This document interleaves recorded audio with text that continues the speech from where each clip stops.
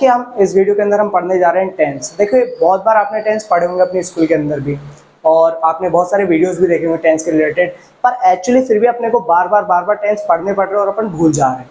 और ये I think सबके साथ में हो रहा है, और ये मेरे साथ में भी होता था।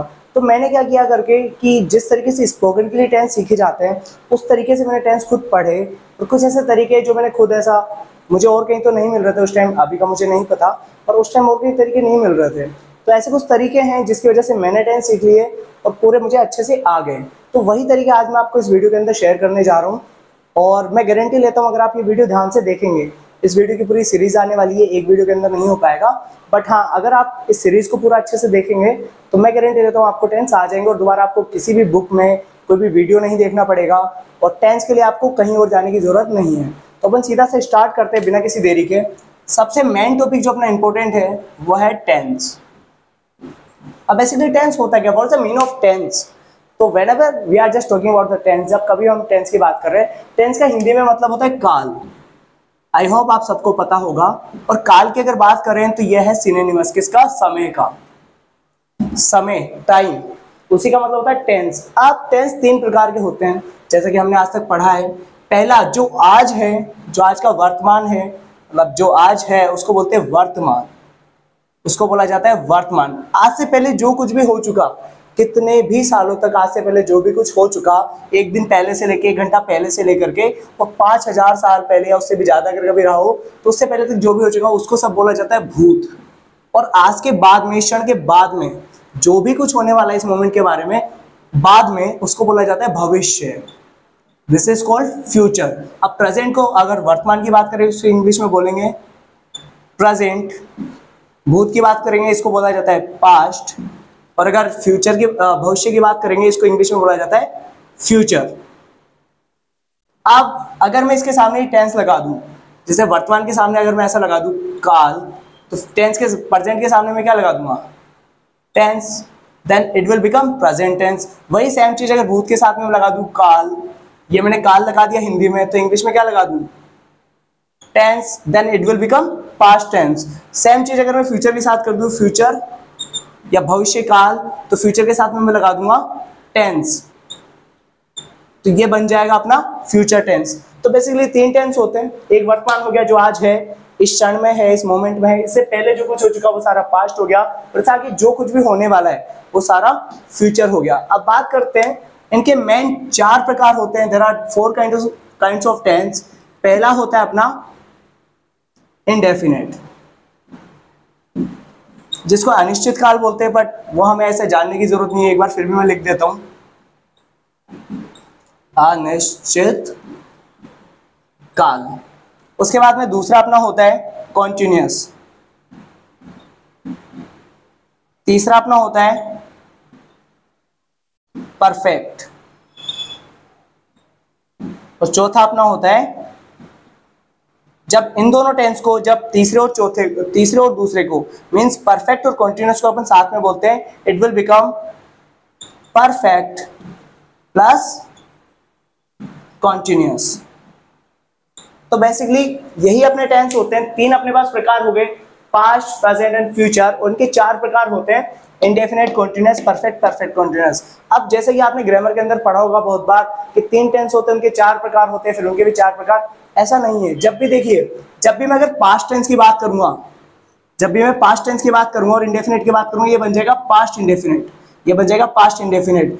पास्ट कॉन्टिन्यूअस, कॉन्टिन्यूअस पास्ट की अगर बात करेंगे past continuous, past perfect, past perfect continuous. Same अगर मैं प्रेजेंट टेंस की बात करूं, ये बन जाएगा प्रेजेंट इंडेफिनेट टेंस। वैसे अगर कॉन्टिन्यूअस की बात करूंगा, ये बन जाएगा present continuous. Same present perfect, और उसके बाद में present perfect continuous. Same future के साथ में होता है future indefinite, future continuous, future perfect and future perfect continuous. तो ये बेसिकली अपने टेंस कंप्लीट है। हाँ, आपको लग रहा होगा कि टेंस कंप्लीट कैसे हो गए, नहीं रुको आगे बताएंगे। पर ये जो टेंस है, ये जो वर्ड है, इसकी एक्सप्लेनेशन इतना काफी है, इसके अंदर अपने टेंस है। नेक्स्ट चीज जो अपने को सीखनी है वो देखो, ये मैंने लिख दिया यहाँ पे टेंस। अगर इसके सामने मैं लगा दूं SEN, क्या बन गया ये बन गया अपना सेंटेंस। सेंटेंस का मतलब क्या होता है, वाक्य।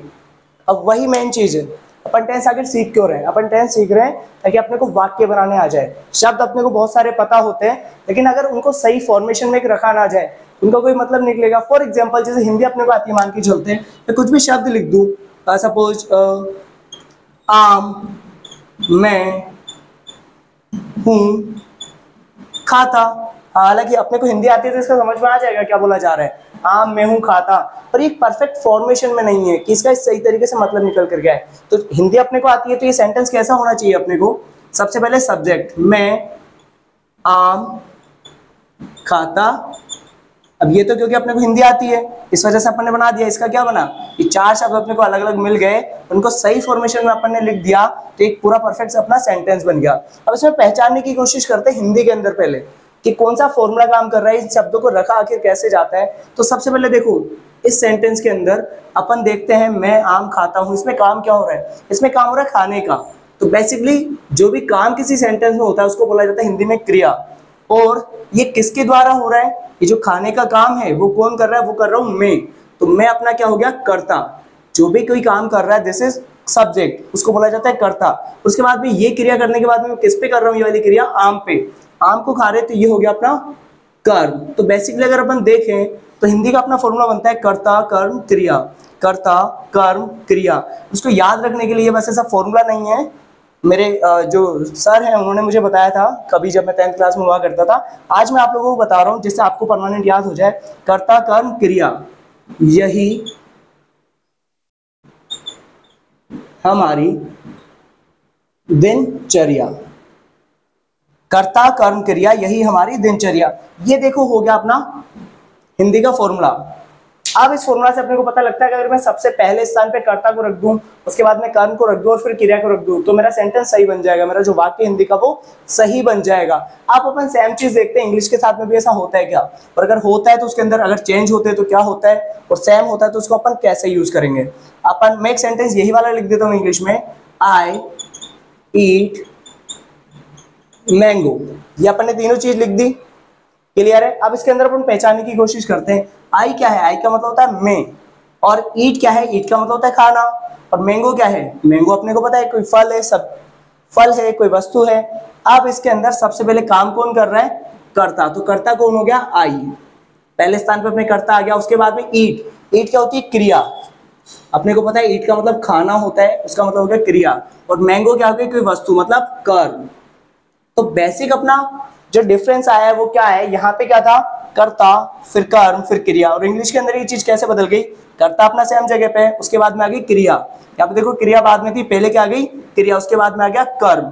ये था कर्ता कर्म क्रिया और ये बन गया अपना कर्ता क्रिया कर्म। ये होता है अपना इंग्लिश का फॉर्मूला। और इसको याद रखने के लिए ऐसा, जैसे इसके साथ में था यही हमारा धर्म, कर्ता कर्म क्रिया, यही हमारी दिनचर्या, उसको ऐसे इसके साथ ऐसा होता है याद रखने के लिए, कर्ता क्रिया कर, यही हमारा धर्म। These are not formulas at all, but वैसा याद रखने के लिए, बस आपको थोड़ा राइम कर जाए और आपको चीजें याद रह जाए। तो अब देखो अपन ने ये कर दिया कर्ता क्रिया कर्म, अपन ने ये पता कर लिया हम लोग ने कि ये इंग्लिश का फॉर्मूला होता है, क्लियर।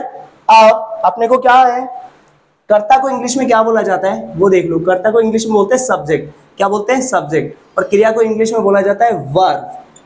सेम कर्म को इंग्लिश में बोला जाता है ऑब्जेक्ट। ये सब्जेक्ट और ऑब्जेक्ट में शॉर्ट में लिख रहा हूँ, आपको पता चल जाएगा। कर्ता को इंग्लिश में बोलते हैं सब्जेक्ट, क्रिया को बोलते हैं वर्ब और ऑब्जेक्ट बोला जाता है कर्म को।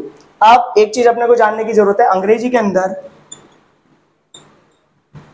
अंग्रेजी में, इंग्लिश में बोल लो, इंग्लिश के अंदर जो वर्ब होती हैं, वर्ब बोले तो जो क्रिया होती हैं वो अपनी दो प्रकार की होती हैं। कितने प्रकार की होती हैं?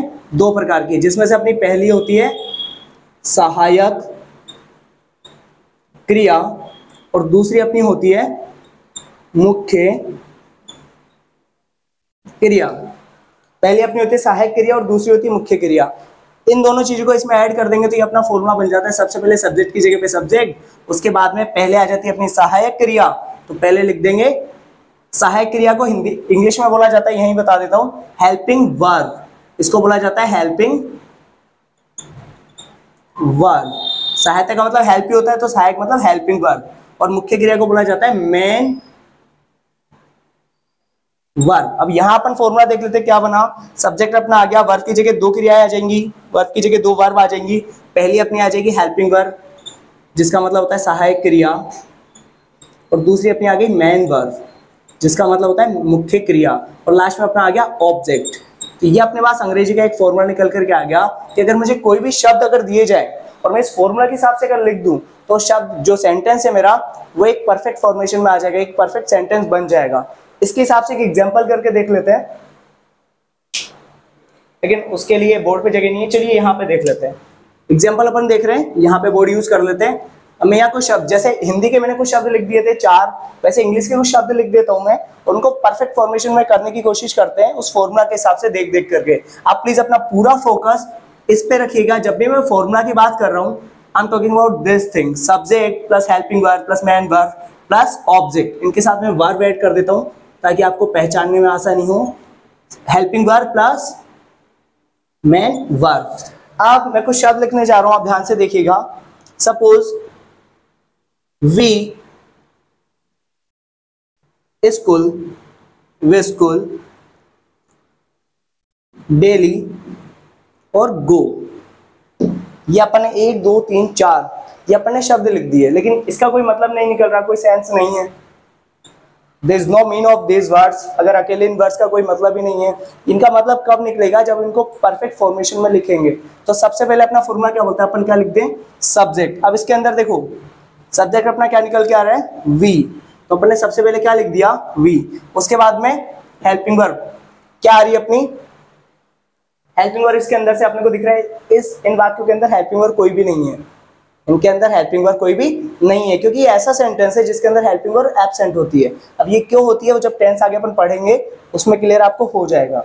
तो सबसे पहले हेल्पिंग वर्ब एब्सेंट हो गई, उसके बाद में क्या बोला जा रहा है, मेन वर्ब। तो मेन वर्ब अपने को पता है क्रिया होती है, जाना भी एक क्रिया है, तो अपन क्या लिख देंगे, गो, वी गो। उसके बाद में अपना फॉर्मूला क्या बोल रहा है, ऑब्जेक्ट लास्ट के अंदर। अब हम कहाँ जा रहे हैं, स्कूल, कहाँ जा रहे हैं हम, स्कूल, और गो के साथ हमें आ जाता है टू, तो अपना यहाँ पे लिख दिया अपन ने स्कूल। अब ये क्या बन गया अपना sentence, we go to school. Last में क्या बच गया एक वर्ड, डेली। डेली का मतलब होता है रोजाना, अपन लास्ट में लगा देंगे अदर वर्ड हो गया।